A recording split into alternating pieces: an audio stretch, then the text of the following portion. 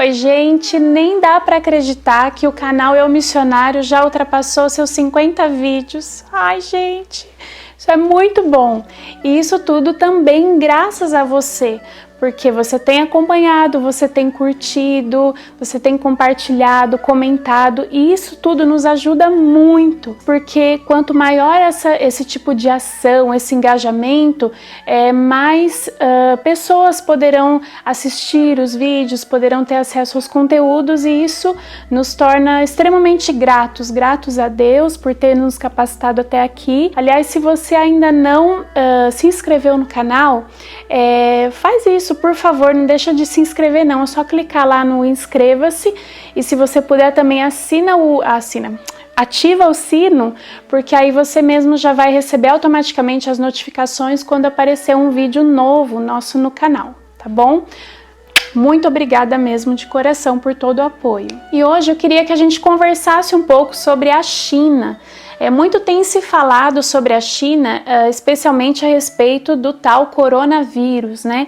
E todos os malefícios que ele tem espalhado aí pelo mundo. Inclusive agora no mês de março aconteceu o Dia Mundial de Oração pelo fim do coronavírus. Muitas organizações internacionais, organizações missionárias se uniram em prol desse motivo de oração, e ainda é tempo, nós podemos continuar orando para que o Senhor haja, para que o Senhor intervenha nessa situação. Mas o que eu queria conversar aqui hoje é sobre um aspecto histórico da igreja do cristianismo na China, que é a igreja oficial e a igreja clandestina. Qual que é a diferença? Afinal, lá na China não acontece como aqui no Brasil, alguém poder abrir uma igreja, fundar uma igreja, seja ela vinculada a uma denominação ou não, poder registrar essa igreja sem ter grandes problemas.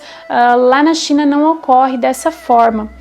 Depois que Mao Tse Tung faleceu, veio à tona novamente, ressurgiu um movimento chamado Movimento Patriótico, que é conhecido como o Movimento das Três Autonomias, dos Três Poderes ou das Três Naturezas.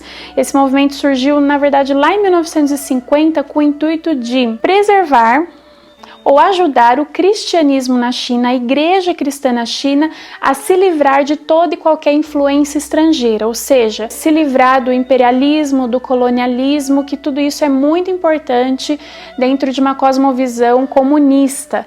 Então, por isso que em muitos países socialistas, os cristãos, eles são tidos como espiões do Ocidente, porque, de fato, o cristianismo é visto nesses locais como uma religião ocidental.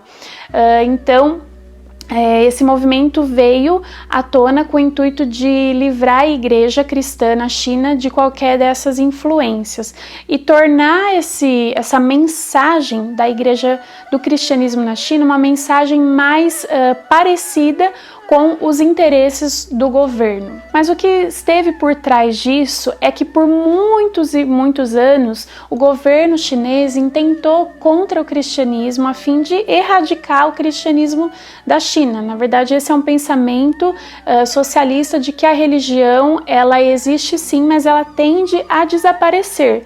E tanto Mao Tse Tung e a sua esposa diziam que o cristianismo na China iria se tornar uma peça de museu. No entanto, que sempre houve esse pensamento de que as religiões, elas iriam acabar e elas até precisariam ser toleradas, mas dentro de certos limites, até que enfim ela desaparecesse. Só que isso aconteceu, gente, não e nunca vai acontecer com o cristianismo, com a mensagem do evangelho. A gente sabe que lá em Mateus 16:18 diz que as portas do inferno não prevalecerão contra a igreja. E a igreja sim tem avançado. Na verdade, o que mais espanta o governo quando oprime o cristianismo é que quanto mais opressor, quanto mais perseguição o governo impõe contra a igreja, mais ela cresce. Um pastor já falecido, um pastor chinês chamado Samuel Lembing, ele tinha uma mala pronta para toda vez que ele fosse detido, que ele fosse preso. E ele dizia que a cada detenção, a cada prisão dele, a igreja dele triplicava em número de membros, porque de fato as pessoas se sentiam atraídas. Que é isso? Que mensagem é essa que as pessoas estão dando às suas vidas com tanta alegria, com tanto compromisso? A gente quer saber o que é isso.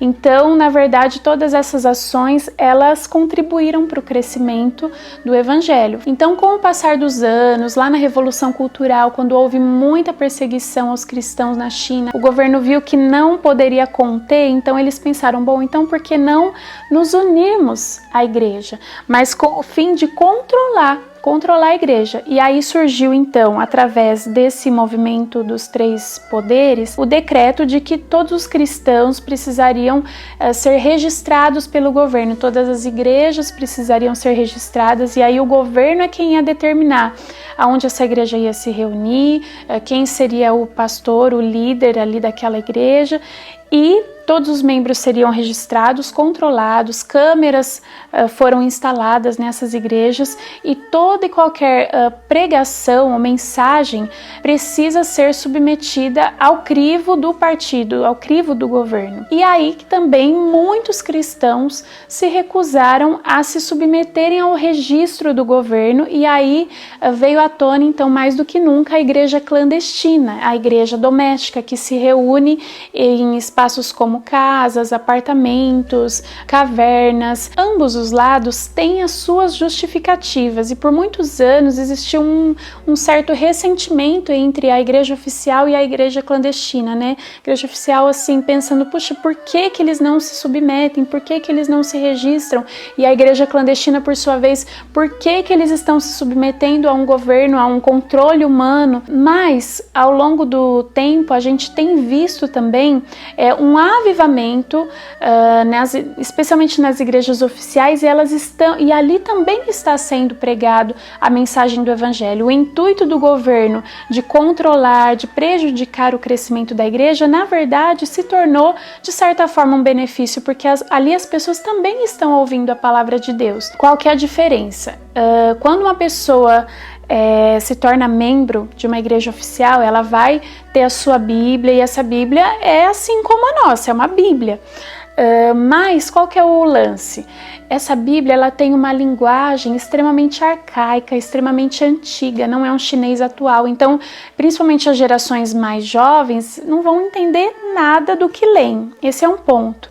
O outro ponto é que, como todas as mensagens dentro da igreja oficial, elas precisam passar pelo crivo do partido, então não pode ter nenhuma mensagem que seja considerada contra-revolucionária, que seja considerada prejudicial aos intuitos, aos interesses do governo. Essas mensagens são banidas. Então, geralmente, o que se ouve dentro das igrejas oficiais? É pregado a Bíblia, mas o enfoque é muito maior nos ensinos de Jesus. Então, os ensinos sobre amor, sobre perdão, sobre união do corpo de Cristo e tudo mais. Então, são mensagens que no final até acabam se aproximando um pouco da mensagem do confucionismo. Não são pregados os feitos de Jesus, a obra salvífica de Jesus, que Jesus morreu numa cruz, que Jesus ressuscitou ao terceiro dia, que Jesus um dia voltará.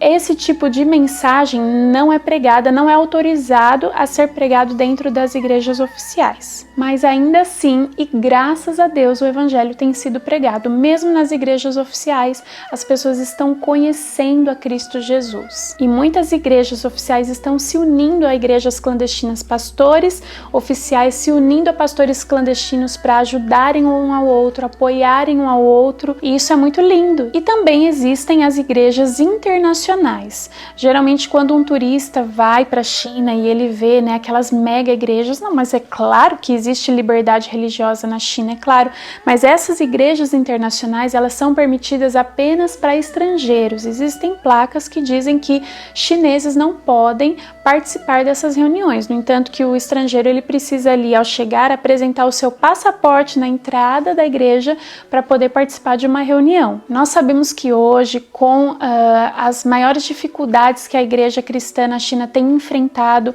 um aumento da perseguição, na lista de colocação mundial de perseguição, a China estava em 27º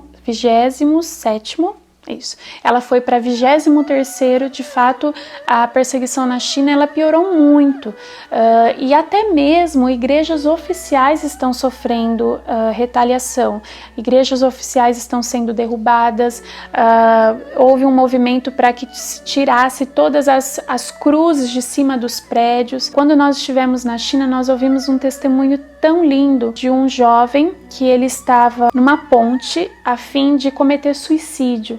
E quando ele olhou ao longe, ele viu um prédio de uma igreja com uma cruz vermelha bem grande em cima desse prédio. E ele disse assim, bom, eu vou lá nessa igreja e se eu encontrar ajuda, se eu conseguir mudar a minha vida ali, eu vou querer servir a Deus pelo resto da minha vida. E ele foi para essa igreja e hoje ele é um dos pastores dessa igreja. E aí é uma igreja oficial. Ele se converteu ali e de que forma então vieram as retaliações? E isso nós soubemos no ano de 2012, já faz um tempo. O governo não fez nada com a igreja, porém construiu um prédio gigantesco, um prédio comercial bem em frente da igreja, tampando toda a visão. Então ninguém mais conseguia ver a cruz ao longe pela ponte, que era bem movimentada. Então esse tipo de situação bem sutil são coisas que o governo faz também.